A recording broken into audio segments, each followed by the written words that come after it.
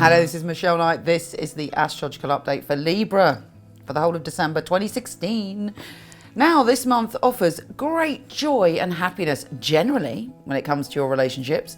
In fact, you can have a real super boost when it comes to your love life and your sense of feeling happy in the world. However, before that, and possibly during this month, there are also a few challenges, powerful challenges, to make us be honourable to our soul.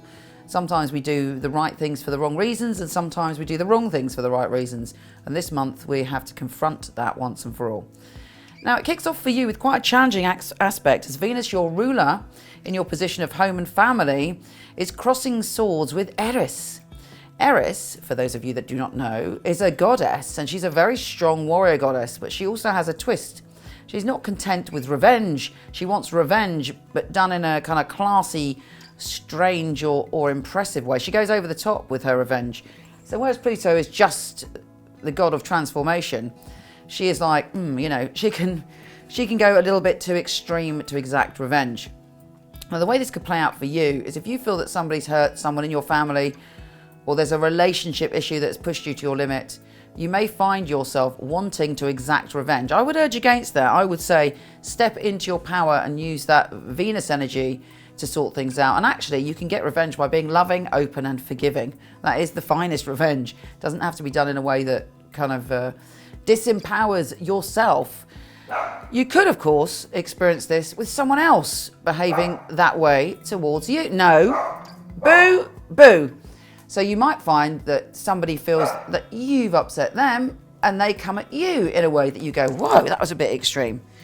But whatever it is, it will pass. And the only reason that you have to pay attention to it is because it involves your ruler, Venus, the planet of love. And of course, everything feels much more intense when it comes to your ruler. Now, talking of your ruler, the great news for this month is that Venus, the planet of love, your ruler, is going into the most amazing position. It's the position of creativity, joy, and happiness. And as it's your ruler, that's a very, very strong flavour for you throughout the whole of December. Everything's about love. You're able to laugh and be lighthearted and experience great joy. Now, on the 10th, there's something unexpected happens, some unexpected communication to do with relationships that really should cheer you up and shows you where you should be putting your energy when it comes to love and your passion and your desire. The full moon on the 14th is giving you a peak emotional experience connected to adventure and learning. Perhaps you'll have a dream or a coincidence will happen in the world which will show you where you need to travel next. Or you'll meet someone eccentric and unusual that inspires you to think outside of the box, but it's very, very powerful. Now, that tricky time I was telling you about happens on the 15th, where there's a lot of swords being crossed in terms of relationships. And ultimately, it's about expressing your true and authentic self and being able to show who you are in relationships. And also, you're a Libra, you tend to avoid conflict, but it could be a day where you are tempted by conflict. So again, avoid it.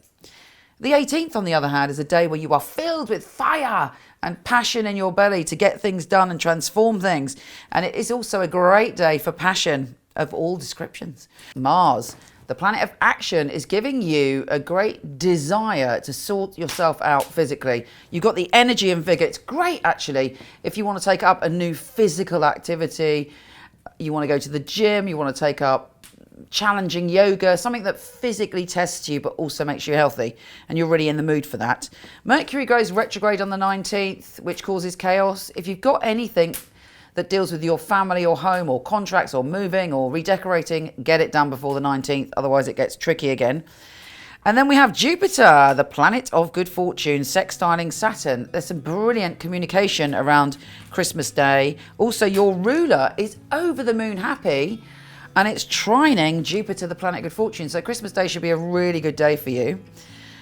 We have the Sun conjunct Mercury on the 29th, retrograde, some important news connected to home and family.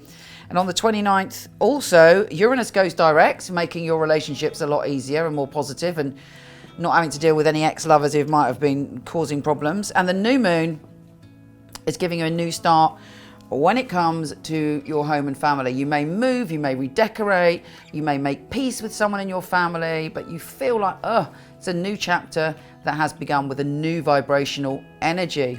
Thank you so much for your support in 2016. Have a staggeringly fabulous 2017. Take care, and I'll speak to you soon.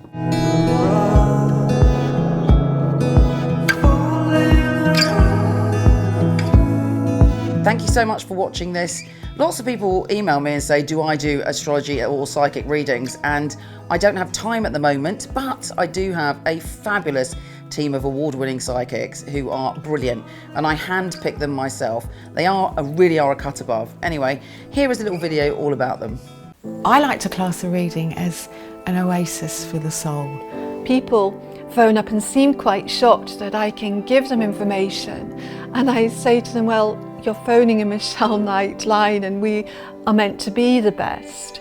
I like to think that it's a very individual feeling that that person's experiencing, that they get from me something that they feel is quite integral. Time out where we can really spoil ourselves. But they're still quite shocked when you give them very accurate information. And I feel integrity is a huge part of it for me, because without that I wouldn't be doing this work. It's about guidance, it's about hope. A reading is a buzzy feeling. It's helping people have clarity, I think. I love that light bulb moment. When I finish work, I come off the phone and it's like, yeah, I've made a little bit of a difference. That really gives me butterflies in my tummy. I think in my readings people feel a sense of a safe space where they can really be themselves, let go, and also they shouldn't be fearful, and it's non-judgmental. I only work with integrity, so I don't give you, what you might want to hear. I hope that people walk away feeling uplifted, clearer, more powerful, more sure in their own intentions, and more aware of what they can change. I guess I do guide people. I'm just a little hesitant to say I am a guide. One always thinks of guides as being so revered. But I do think I am a catalyst, and I think that's how a clairvoyant should be seen, the catalyst to make a positive change. Having a reading with me is kind of like sitting down with an old friend and having a hot chocolate on a winter's day. Because doing readings is a process of trust between your guide, spirit, and what you're delivering for the client. When I get validations, it's amazing.